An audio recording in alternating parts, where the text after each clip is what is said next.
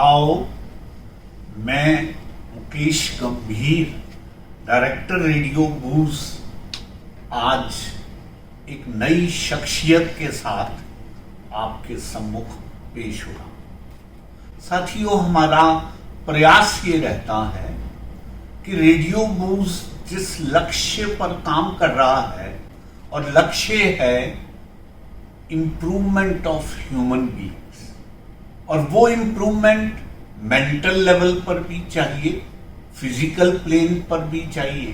तो हमें कोई भी ऐसी शख्सियत जो हमारे संपर्क में आती है, जो किसी भी पहलू पर रोशनी डाल सकती है या उसको आगे इंप्रूव कर सकती है, तो हमारा प्रयास रहता है कि उनको हम अपने रेडियो में बुलाएं, स्टूडियो में बिठाएं और आप लोगों से रूबरू कराएं। साथियों, आज ऐसी ही एक शख्सियत मैडम ज्योत्सना कलकल हमारे साथ विराजमान हैं। आप यहाँ गवर्नमेंट स्कूल में सीनियर टीचर हैं और इनसे बातचीत कर कर मुझे ये समझ आया कि ये एक स्वयं जागरूक अध्यापिका है। आइए इनसे बात करते हैं और सर्वप्रथम हम आपका स्वागत करते हैं हमारे स्टूडियो में आने के लिए। तो मैडम, मैं आपसे गुजारिश करूंगा कि आप थोड़ा अपना परिचय, अपनी क्वालिफिकेशन हमारी ऑडियंस को देने का प्रयास करें। जी, गंभीर जी, सबसे पहले तो यहाँ बुलाने के लिए बहुत बहुत धन्यवाद आपका जी। और अपने बारे में थोड़ा बताना चाहूँगी जी जी कि ज्योत्सना कलकल मेरा नाम है जी। और मैं हरियाणा से ही हूँ जी बेसिकली। जी। और क्वालिफिकेशन की जहाँ तक बात है तो मेरे मेन जो सब्जेक्ट्स हैं वो इनऑर्गेनिक केमिस्ट्री, इंग्लिश और अभी मैं साइकोलॉजी में भी काम कर रही हूँ। ओके। मेनली मैं 11th और 12th क्लासेस के स्टूडेंट्स को केमिस्ट्री पढ़ाती हूँ। राइट। और जो पोइट्री फील्ड है, इसमें मेरा इंटरेस्ट जैसे कॉलेज के समय से था कि लिखने में काफी अच्छा लगता था, कुछ लोगों को सुना के अच्छा लगता था जी। धीरे धीरे ये हुआ कि लोगों से जैसे जैसे मिलते गए तो एक मन में फील आता गया कि बहुत सारी चीजें ऐसी होती हैं जब हम लोगों को देखते हैं, सुनते हैं, या कई बार बस उनको ऑब्जर्व करके ही काफी कुछ ऐसा होता है कि जो मन में आता है कि इसको संजोया जाए, इस पर लिखा जाए और ज्यादा लोगों तक इस बात को पहुंचाया जाए। बहुत बढ़िया। तो उसको देखते हुए थोड़ा और ज्यादा अच्छे से लिखना शुरू किया जी। फिर अपने आप में ही जैसे होता है कि हमें खुद को पता होता है कि इम्प्रूवमेंट हो रही है जी। क्योंकि एक होता है ना कि मनुष्य जीवन पर्यंत सीखता रहता है जी। अगर उसके अंदर ये भावना हो कि मुझे सीखना है और सीखने के साथ साथ जो कुछ मैंने सीखा वो और ज्यादा लोगों तक पहुंचाना, बिल्कुल, तो इस भाव के साथ लिखना शुरू किया जी। और अभी जैसे 2 पुस्तकें आ चुकी हैं मेरी और 2 अभी अंडर पब्लिकेशन भी हैं जी। एक साइंस पर लिख रही हूँ और पहले एक जरा इन कविता। पुस्तकों का परिचय आप श्रोताओं को दीजिए जी। और इधर दिखाते हुए दीजिए। हाँ। जी, ये कविता संग्रह है, 2020 में आया था ये, और जैसे कि नाम इस पर लिखा हुआ है स्वयं से समन्वय की ओर। इसमें खास तौर से जो कविताएं हैं, जैसा यहाँ से हमें पता चल रहा है कि हमें अपने अंदर झांकने की आवश्यकता है और अपने आप से एक जो कोऑर्डिनेशन रहता है, अपने आप से जो सही तरीके से जो जुड़ाव होता है ना, वो हमें वो कनेक्शन बना के रखना है, वो बैलेंस बना के रखना है। और इसमें कुछ छोटी कुछ बड़ी कविताएं हैं। खास चीज इसमें एक ये भी है कि इसमें मैंने कुछ पिक्चर्स भी डाले हुए हैं, कुछ फोटोज डाली हैं इसमें। और खास बात इसके बारे में कि ये जो कवर पेज जो है ये मेरी ही बनाई हुई पेंटिंग है। क्या बात? जी, क्योंकि मैं पेंटिंग भी करती हूँ। हाँ, तो ये बनाई थी और बनाने के बाद जैसे कि पब्लिशर ने पूछा कि इस पे फोटो क्या लगाया जाए, तो ऑल ऑफ अ सडन मेरे दिमाग में आया कि समन्वय जो शब्द है वहां पर यहाँ इससे कुछ अच्छा शायद नहीं हो सकता। तो ये जो कविताएं हैं, कभी अगर आप में से कुछ लोगों ने पढ़ी होंगी, जिन्होंने नहीं पढ़ी हैं तो वो भी पढ़ सकते हैं जी। और इसके अलावा एक दूसरी जो पुस्तक है मेरी, ये 2018 में संग्रह आया था जी। इसका भी जैसे यहाँ पर जो नाम है, जिंदगी जरा आसान रहने दो।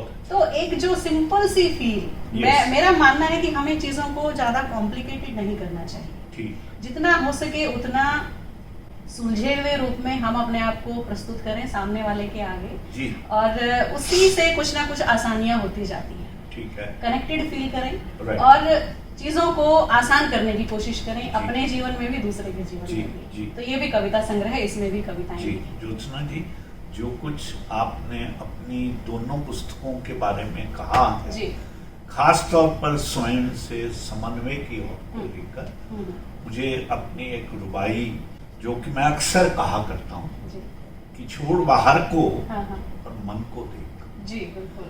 छोड़ बाहर को मन को देख, हम्म। और भीतर है जो धन को देख, बिल्कुल, क्यों भटके है मंदिर मस्जिद, हाँ, हाँ। अपने भीतर फन को देख, बिल्कुल। अपने भीतर फन को देख। जी बहुत बढ़िया। तो मुझे लगता है कि ये जो आप समन्वय की बात कर रहे हैं, ये तभी भीतरी व्यवस्था से समन्वय बैठता है बिल्कुल। जब आप बाहरी व्यवस्था से और भीतरी व्यवस्था दोनों से आप परिचित हो जाते हैं। हाँ जी, हाँ जी। बिना स्वयं को जाने बिल्कुल, बिल्कुल। आप अगर बाहर की यात्रा में दौड़े चले जा रहे हैं, तो आपको कुछ भी हासिल नहीं होता। बिल्कुल। वो तभी होता है जब आप भीतरी व्यवस्था से अच्छे से परिचित होने लगते हैं, जी। तब एक समन्वय का भाव भी आता है। हाँ। जी।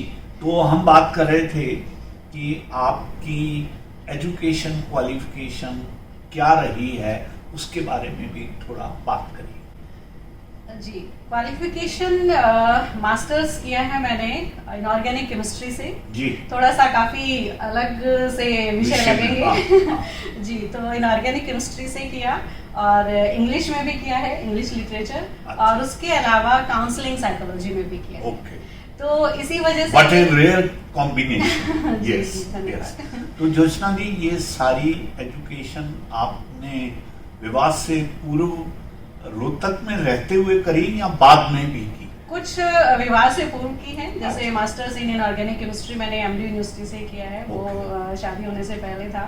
फिर साथ साथ जो है इंग्लिश का भी किया, साइकोलॉजी का काफी समय के बाद उसमें इंटरेस्ट बना। स्पेशली जब मैंने कविताएं लिखनी शुरू की, उसके बाद कुछ लेख वगैरह भी लिखे, तब कहीं अंदर एक जाके उसकी जरूरत महसूस हुई कि साइकोलॉजी ऐसा फील्ड है कि पढ़ना चाहिए। जब मैं ह्यूमन इमोशंस एंड बिहेवियर पे लिख रही हूँ, तो मुझे थोड़ा सा और ज्यादा गहराई में जाना चाहिए। तो उसके बाद फिर मैंने साइकोलॉजी में। बहुत खूब। मैं ये समझता हूँ आपने बहुत एक्यूरेट बात को पकड़ा है कि जब आप ह्यूमन इमोशंस के बारे में लिखना चाहते हैं और उसके लिए अगर आप मनोविज्ञान का अध्ययन कर लें, तो आप और ऑथेंटिक हो जाते हैं और स्पष्ट हो जाते हैं, और वो स्पष्टता फिर आपकी कविताओं में भी रिफ्लेक्ट होने शुरू हो जाती है। चलिए, बहुत बहुत मुबारक है आपको। तो हम आगे चलते हैं। इन दोनों पुस्तकों के अलावा भी कुछ और आपका लिखा हुआ है जो आने वाला है, उसके बारे में बताइए। जैसा मैंने बताया, ये स्वयं से समन्वय की ओर ये आई थी दिसंबर 2020 में। और उसके बाद मैं अगर सही से बताऊं तो मेरे पास बहुत सारा मटेरियल अभी लिखा हुआ रखा है जी। तो काफी सारी चीजें ऐसी हैं जो उसके ये कविता वाली जो संग्रह है, इसके आने के बाद मैंने लिखा। बस थोड़ा सा एक ये है कि भाई अभी तक वो पब्लिश होके आ नहीं पाई जी। लेकिन इनके बाद जो मैंने लिखा, जैसे कि मैंने बताया कि मैं 11th 12th क्लासेस के जो स्टूडेंट्स हैं या उनसे हायर वाले जो स्टूडेंट्स हैं, हम उनके साथ डील करते हैं। तो मेन थिंग इज कि आप जिन जिन लोगों से मिलते हो उनको ऑब्जर्व करना और उन्हें ऐसा क्या है कि उन्हें आप और अच्छी शिक्षा दे सकते हो। ठीक। केवल जो बुकिश नॉलेज है वहां तक एक अध्यापक को सीमित नहीं रहना चाहिए। बिल्कुल ठीक है। तो कुछ वहां से कुछ चीजें उठाकर कि किस तरह से मतलब इनको जीवन में जो बात तो घुमा फिरा के सारी वही होती है कि जिंदगी आसान बनानी है हमने जी। तो किस तरह से उनके सामने चीजों को पेश करना है, चाहे वो साइंस के टॉपिक्स हों। जैसा कुछ देर पहले आपसे बात हो रही थी तभी मैंने आपको बताया कि एक जो पुस्तक है मेरी साइंस पर भी आ रही है। साइंस पर जो खास तौर से होंगे सारे के सारे टॉपिक्स ऐसे लिए जाएंगे जिसमें हम बता सकें कि science is not the kind of subject कि कोई ये सोचे कि भाई साइंस है तो कुछ टफ जैसा है। नहीं, ये तो कुछ अलग तरह की चीज है, कुछ मुश्किल ही है।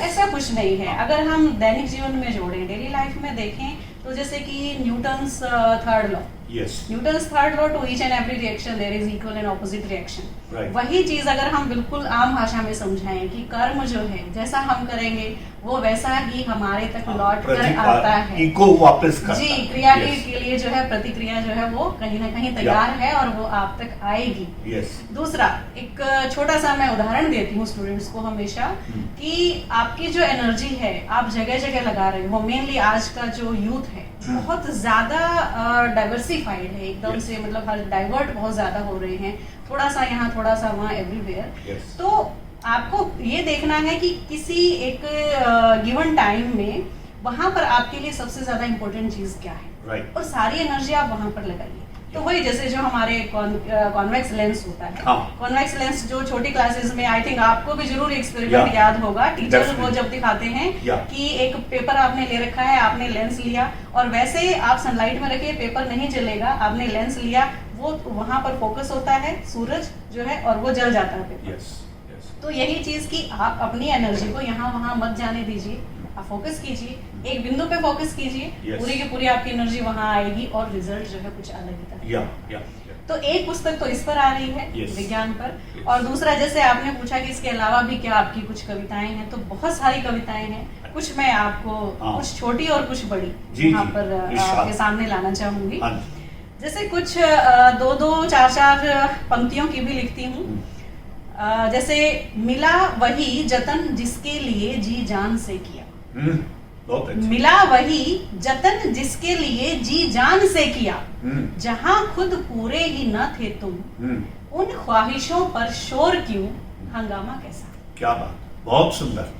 जी it has really a very beautiful idea behind that. जी जी, बहुत धन्यवाद सुंदर। जी, धन्यवाद। जी। और इसके अलावा है कि मन फिर उठ खड़ा होगा मायूसी झाड़ कर। मन बड़ा मजबूत होता है। मन फिर उठ खड़ा होगा मायूसी झाड़ कर, बस तुम इसे कभी हारा हुआ मत कहना। बहुत अच्छा, बहुत खूब। और एक पंक्ति है जो काफी ज्यादा फेमस हुई मेरी, बहुत सारी जगहों पे मैंने देखा कि लोग कुछ स्टेटस वगैरह लगाते हैं तो उनमें लगाई हुई थी लोगों ने। तो उसमें था कि जीत मुकम्मल होगी उस रोज, जीत मुकम्मल होगी उस रोज, हार पर अपनी मैं खुद को गले लगा सकूं। क्या बात। तो हार जीत जो है वो चलती रहेगी, चलती। लेकिन संघर्ष जो है, जीत जाना ही जीत नहीं होती है। Yes. आप बार बार हार रहे हैं, लेकिन Yes. आपने उसको ये समझ लिया है कि कोई बात नहीं, हाँ। ये भी एक तरीका था, मुझे पता चला ये तरीका भी काम नहीं करेगा, Yes. अब इससे अगले Yes. पर जाना है, तो वो भी जीत है, वो हार नहीं बिल्कुल है। बिल्कुल। जी। और खास तौर से जैसे कई बार होता है कि कहीं मान लीजिए सक्सेस नहीं मिली है और हम बड़ा अपने आप में ही मायूस होकर बैठ जाते हैं, तो वहां पर कि चमक से तुम्हारी कहीं बौखलाया है कोई, चमक से तुम्हारी कहीं बौखलाया है कोई, ठीक उसी वक्त जब तुम खुद को अंधेरा समझे बैठे। बहुत अच्छा। तो बहुत सारी चीजें हैं ऐसी जहां हम बड़ा अच्छा करके आए हुए होते हैं और एक छोटा सा मतलब मोमेंट आया और हम अपने आप को कम समझ Yes, बैठे, योजना नहीं जी, ऐसा नहीं है। मैं आपको आपके इस कविता से प्रेरणा लेते हुए अपनी एक रुबाई सुनाना चाहता जी हूँ बिल्कुल। कि बुलंदियों से गिरने में दर्द होता, बर्फीली हवाओं का हर झोंका सर्द होता, ठोकर खा के तो गिरी जाते हैं सभी, जो उठ खड़ा हो बस वही मर्द होता है। बहुत बढ़िया जी। तो आपकी कविताएं बहुत प्रेरणादायक हैं जी। और मैं समझता हूँ आज के यूथ के लिए इस तरह की प्रेरणा अति आवश्यक है। जी, जैसा आपने सुनाया अभी मुझे भी जी। दो पंक्तियां याद आ गई मेरी जी, कविता इरशाद, की, हाँ। कि शुरुआत तो दुनिया करती है, जी शुरुआत तो दुनिया करती है, थकती रुकती और गिरती है, हाँ उठ चला जो फिर संभल कर, यस उठ चला जो फिर संभल कर, मुश्किलों को खुद ही छल कर, भीड़ से वही तो आगे निकलता है। वही आगे सुनिए निकलेगा। कि मैं दौड़ते हुए गिर क्या पड़ा, हाँ। मैं दौड़ते हुए गिर क्या पड़ा, तुमने सारे रिश्ते तोड़ लिए, जी। मैं उठ के संभल के फिर दौड़ने लगा, तुमने पुराने सिरे फिर से जोड़ लिए। तो दुनिया का तो तरीका ही यही है कि दौड़ते हुए गिर पड़ो तो लोग हंसते हैं, जी। और अगर धीमे में चलो तो ताने कसते हैं, इनसे पूछो तो इनको वो अच्छे लगते हैं जो ना तो गरजते हैं ना बरसते। सही बात जी, बहुत बढ़िया। हाँ। तो एक जैसे प्रेम जो विषय है उस पर भी कुछ पंक्तियां जी, लिखी थी, बस विशाल। दो ही छोटी छोटी सी, हाँ, कि प्रेम यदि है तो जिया जाना चाहिए। बहुत अच्छे।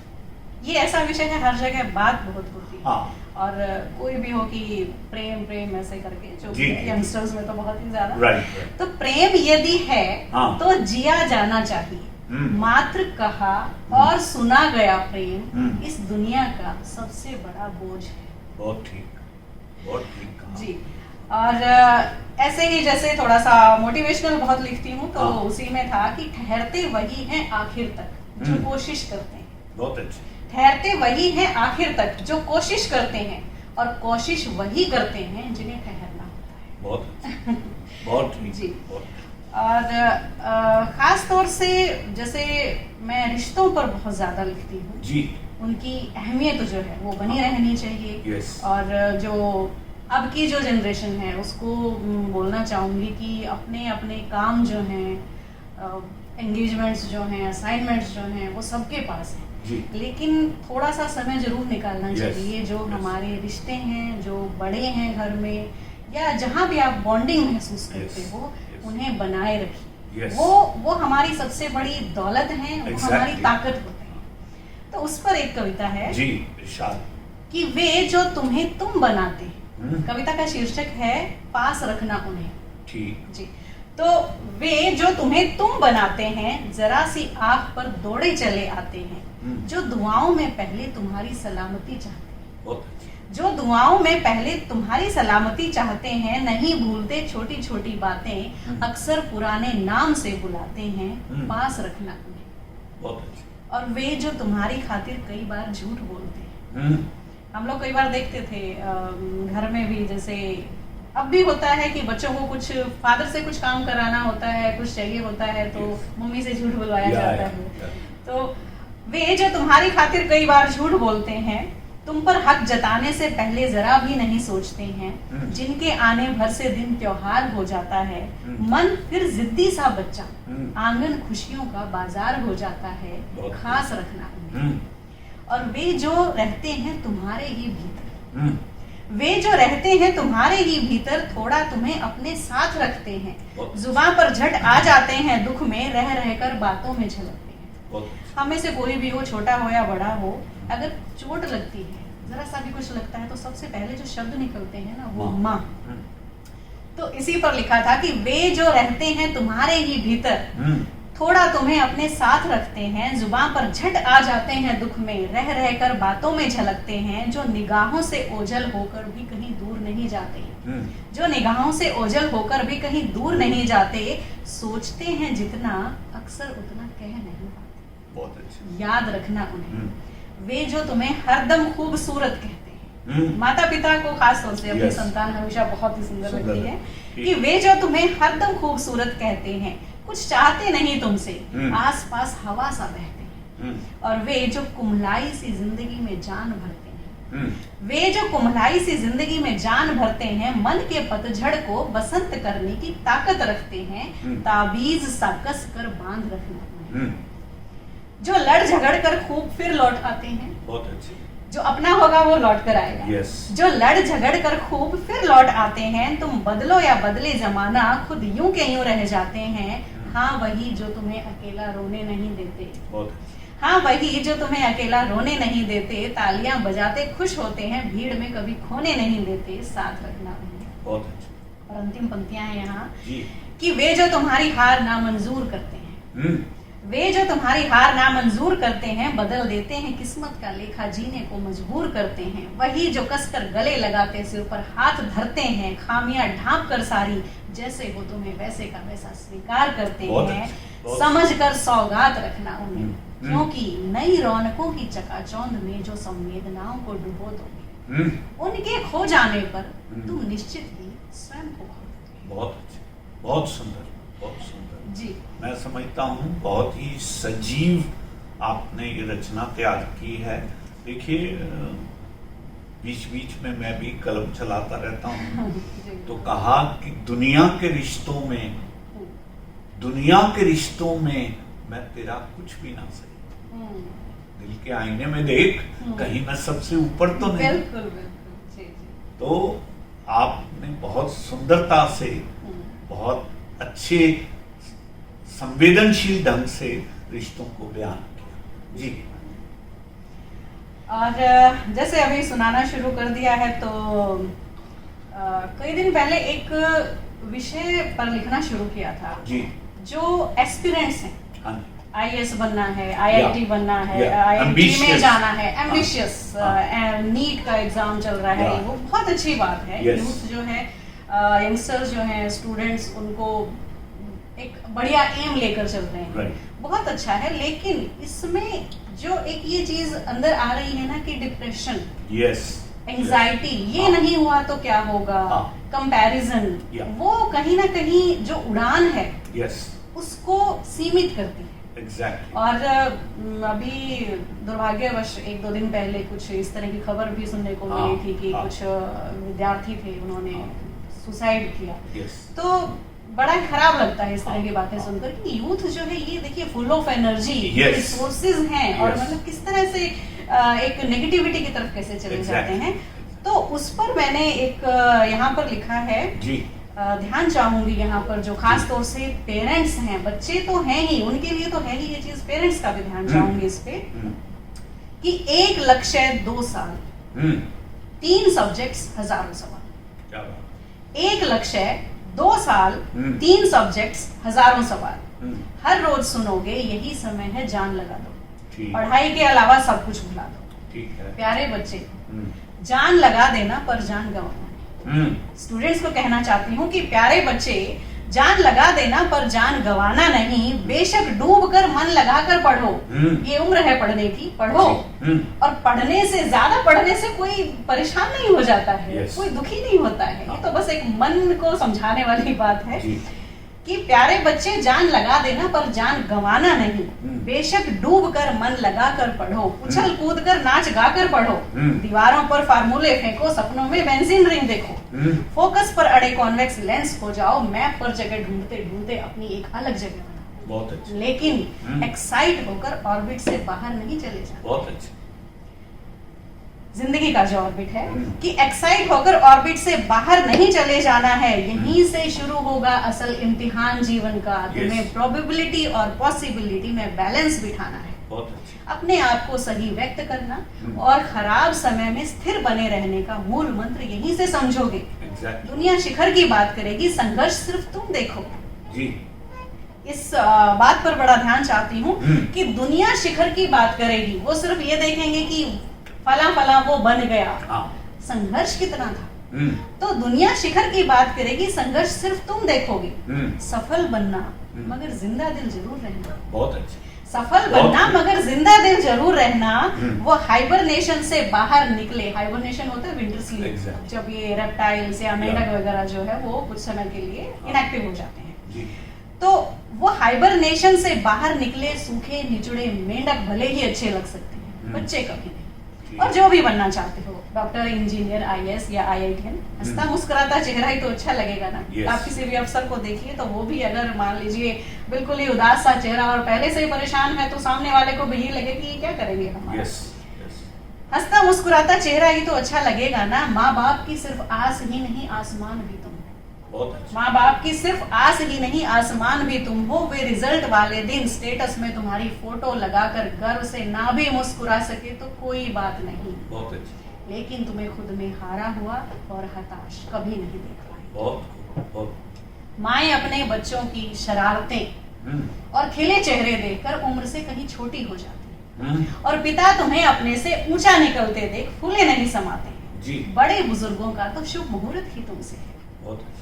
उनकी हर बात, हर डांट फटकार पर और ज्यादा पढ़ना, और सबसे जरूरी बात, मन के गुबार भी बाहर लाना। जब कुछ बुरा लगे तो रोना चिल्लाना। सब अकेले झेल पाओ, इतने बड़े नहीं हुए हो, और जी तोड़ मेहनत ना कर सको, इतने छोटे भी नहीं हो। बहुत अच्छा। मोटिवेशन सबसे ज्यादा अपने आप से लेना। हैरान हो जाओगे अपनी क्षमता देखकर। हिम्मत तुम्हारा सबसे बड़ा हथियार है। और ग्रेविटी से खींचना तो ठीक है, लेकिन लोगों की बातों और बड़ी बड़ी उम्मीदों के ग्रेविटेशनल फोर्स से खींचकर एकदम से जमीन पर धड़ाम से आकर मत गिरना, बल्कि इसी से मोमेंटम हासिल करना। बहुत अच्छी। वो गेम की साइड, खेल के मैदान सब तुम्हारा इंतजार कर रहे हैं। फिर दौड़ना, फिर भागना और अपनी नई पहचान बताना।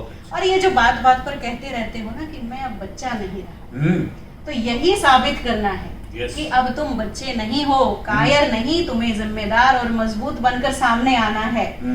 अगर कुछ वक्त बेकार गया तो भी कोई बात नहीं, जहां हो वहीं से जोरदार शुरुआत करो। जुट जाओ, सिर उठाकर देखो, ये सारी दुनिया तुम्हारे लिए है और बड़ी बड़ी कुर्सियां राह ताक रही हैं तुम्हारी। ये ना मिला तो वो पालोगे, ये ना मिला तो वो पालोगे। बस तुम खुद को जरा संभाल कर रखना। बहुत अच्छा। तुम खुद को जरा संभाल कर रखना, बड़ी बड़ी मुश्किलों के बीच से भी रास्ता बना लो। बहुत अच्छा। खूब सारा प्यार and best wishes for all students in SS. बहुत खूब, बहुत खूब। मैं समझता हूँ कोई भी विद्यार्थी या कोई भी व्यक्ति जो संघर्ष में लगा हुआ है, वो अगर इस कविता को सुनेगा तो उसका संघर्ष का जो रफ्तार है वो कहीं ज्यादा बढ़ जाएगी और वो जीवन में सक्सेस पाने के और नजदीक हो जाएगा। बहुत सुंदर कविता और बहुत भावों को व्यक्त करती हुई और ये बताती हुई कि भाई एक साइंस की अध्यापिका ही इस सारी बातों को टेक्निकल वर्ड्स को यूज करते हुए भी और राइम को मेंटेन करते हुए ही लिख सकती है। कई साल पहले हमने पूर्व राष्ट्रपति माननीय प्रणब मुखर्जी के साथ एक कार्यक्रम किया था, एडोलेसेंट्स। एडोलेसेंट जो एज है उसकी प्रॉब्लम्स क्या होती हैं, तो वहां पर भी इसी विषय पर काफी बात हुई थी। तो इसी तरह का कुछ मुद्दा उठाया गया था उधर कि एक तरफ तो हम अपने आप से भी जूझ रहे होते हैं, फिर एक तरफ पढ़ाई का जो है वो विषय यहाँ पर इस स्टेज पर आकर थोड़ा सा ज्यादा हो जाता है, जो दबाव है। एंड उससे सबसे ज्यादा फिर एक वो बाहरी दबाव जो है, प्रेशर। तो प्रेशर जो है वो कहीं ना कहीं कम करना है हमें as a teacher, as a parent. वो कहीं ना कहीं दबाव से हमें थोड़ा सा उसमें कमी लानी है, ताकि बच्चे जो है वो खुला आसमान है तुम्हारे लिए, उड़ना है उड़ो, लेकिन बोझ को पीछे छोड़ कर। बहुत खूब जी, क्योंकि परिणाम जो है वो अच्छे तभी होंगे जब आप बिना किसी दबाव के अपना काम करें। बिल्कुल। तो उससे रिलेटेड कोई कविता कहना चाह रहे हैं? जी, अभी मैं एक थोड़ा सा, चलिए दूसरी तरफ चलते हैं। एक बड़ी मेरी फेवरेट कविता है, कह सकते हैं ये, कि कई बार होता है कि हम बार बार जैसे उम्मीदें लिए रहते हैं, कुछ समय के बाद फिर पता चलता है कि नहीं, इतना भी ज्यादा ये कोई बड़ा मुद्दा नहीं था, इतनी बड़ी बात नहीं थी जितना हमने इसको बना दिया। तो भाव ये है कि जीवन को थोड़ा सा सहजता के साथ लेना बहुत जरूरी है। हर कोई अपने आप में कुछ ना कुछ कर ही रहा है, लेकिन अगर थोड़ा सा सहज तरीके से जीवन का जो फ्लो है उसके साथ सहजता से बहा जाए, क्योंकि जिंदगी तो बहती रहेगी। आप चाहे मायूसी से जिए या उसको खुशी से जिए, जिंदगी तो बहती रहेगी। और आप ये नहीं कह सकते, वो तो गुजर रही है, हाथ से छूट रही है। आप ये नहीं कह सकते कि भाई मैंने तो उतना समय जो है वो खुशी से नहीं बिताया था, तो भाई जिंदगी ऐसे कैसे चलेगी, वो तो जाएगी। तो वो जी गई है, ये समझा जाएगा। आपने कैसे जी वो आप अपने आप पे देखिए। मुझे एक पंक्ति याद आ रही है कि तू ना चलेगा तो चल देंगी राहें, कि तुझको चलना होगा। ये गीत है। बिल्कुल जी हाँ, बताइए। तो इसी में था कि कुछ छोटी छोटी बातें जो हैं इग्नोर करते हुए हमें आगे जाना चाहिए, क्योंकि लाइफ में इग्नोर करना, कुछ चीजों की एक्सेप्टेंस लाना, ये बहुत जरूरी होता है। तो उस पर लिखा था कि सब कुछ अपने जैसा हो, जो चाहा बिल्कुल वैसा हो, जीते जागते जमाने के ऐसे तो हालात। बहुत अच्छी। खैर छोड़ो जाने दो, कोई बड़ी बात नहीं। बिल्कुल। सब कुछ अपने जैसा हो, जो चाहा बिल्कुल वैसा हो, जीते जागते जमाने के ऐसे तो हालात नहीं। खैर छोड़ो जाने दो, कोई बड़ी बात नहीं। और ठीक है ठीक नहीं होना, हमेशा ठीक नहीं हो सकता। तो ठीक है ठीक नहीं होना, तन्हाई चाहना, कई बार खुलकर रोना, कुछ को बस अनदेखा करना, कुछ कमियां उम्र भर ढोना। कोई अगर मान लीजिए कहीं लग रहा है कि ये कमी है तो ठीक है तो है, तो ठीक है ठीक नहीं होना, तन्हाई चाहना खुलकर रोना, कुछ को बस अनदेखा करना, कुछ कमियां उम्र भर ढोना, कब कैसे क्या होना चाहिए, खुशियां इसकी मोहताज नहीं, बाकी छोड़ो जाने दो कोई बड़ी बात नहीं। बहुत अच्छा। हासिल से कहीं ज्यादा गहरे काश हुआ करते हैं। बड़ी आयरनी है ये कि जो कुछ भी हमें मिल गया है, जो हासिल हो चुका है, वो इतना मन पर असर नहीं करता है, अहमियत नहीं रखता है। जो काश है वो गहराई में बैठता जाता है। Before and after and pine for what is not. Right, very right. तो हासिल से कहीं ज्यादा गहरे काश हुआ करते हैं, भीतर युद्ध हजारों चलते, बाहर तो सिर्फ गिने चुने एहसास हुआ करते। बहुत अच्छा, बहुत अच्छा। अपने सुकून पर हक हो अपना, अपने सुकून पर हक हो अपना, इससे बढ़कर सौगात नहीं, बाकी छोड़ो जाने दो कोई बड़ी बात नहीं। और आवाज देकर किसी को बुलाने का मन हो, बचपन में वापस लौट जाने का मन हो। कई बार होता है लेकिन हम उसको अंदर दबा देते हैं। राइट। तो मेरा मानना है कि जहाँ पर कुछ भी आपको ऐसा लगता है कि ये कर लेना चाहिए, अगर वो कोई अच्छी एसेंस के साथ है, वो चीज अच्छी फील के साथ है, अच्छा पर्पस लिए हुए, तो जरूर करना चाहिए। राइट। आवाज देकर किसी को बुलाने का मन हो, बचपन में वापस लौट जाने का मन हो, जो खराब कर बैठे हैं वक्त के साथ वो सब कुछ ठीक कर आने का मन हो, तरीका जाहिर हो जीने का। बहुत अच्छा। बस ये सोच लें कि ये इस तरह से ये काम करना है, इस तरीके से करना है कि तरीका जाहिर हो जीने का, फिर मुश्किल शुरुआत नहीं, बाकी छोड़ो जाने दो कोई बड़ी बात नहीं। बहुत अच्छा। और जमाने भर से कभी दूर जाने का मन हो, कई बार ऐसे मोमेंट्स भी आते हैं। अच्छा, यहाँ पर एक दूसरी कविता की एक मुझे पंक्ति याद आ रही है कि तब मैंने लिखा था कि मन जो बोझिल सा हुआ फिरता हो संगत में अपनी। कई बार हमारी खुद की संगत हमारे लिए अच्छी नहीं होती, कि मन जो बोझिल सा हुआ फिरता हो संगत में अपनी, कुछ देर किसी और के हवाले किया जाए। बहुत अच्छा। अब वो किसी और जो है वो प्रकृति हो सकती है, म्यूजिक हो सकता है, कोई आपका अपना अच्छा दोस्त हो सकता है। तो जमाने भर से कभी दूर जाने का मन हो, साथ बस अपना निभाने का मन हो, और परेशान ना होना मन की सुनकर, मन तो कुछ भी बोलता है कि परेशान ना होना मन की सुनकर, जो 2-4 दिन मर भी जाने का मन हो। खूबसूरत है हाजिरी जीवन की, खूबसूरत है हाजिरी जीवन की, लापरवाही का उस पर अंदाज सही, बाकी छोड़ो जाने दो कोई बड़ी बात। बहुत सुंदर। छोटी सी इस दुनिया में सच मानो कोई बड़ी बात। बहुत सुंदर, बहुत शुक्रिया। बहुत आपने संवेदनशील भावों को लेकर, और हर एक कविता में कुछ ना कुछ मैसेज और उद्देश्य देकर आप लिख रही हैं। इसी तरीके आप लिखते रहें, और मैं समझता हूँ आप एक बहुत अच्छी यात्रा की तरफ चल रही हैं। रेडियो ब्लूज इसके लिए आपको साधुवाद। जी, बहुत बहुत धन्यवाद कार्यक्रम में बुलाने के लिए। और सिर्फ मेरी ही कविताएं नहीं, आपने जो बीच बीच में जो सुनाए मुझे वो बड़ी अच्छी लगी। वो आपकी कविताओं से प्रेरित होकर मैं ये बात कहता हूँ।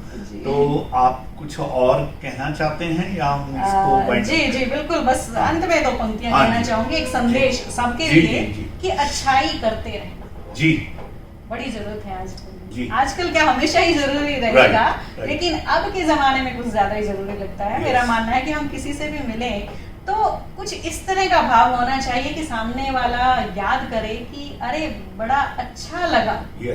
वो यादें उसके साथ रहें कि मतलब कुछ अच्छा सीखने को मिला, सीखने को ना भी मिला तो उसका अगर मान लीजिए मन भी हो सकता है दुखी था, वो आपकी बातें सुनकर आपसे मिलके खुश हो जाए, उस परेशानी को कुछ दिन भूल जाए, कुछ समय के लिए एटलीस्ट भूल जाए।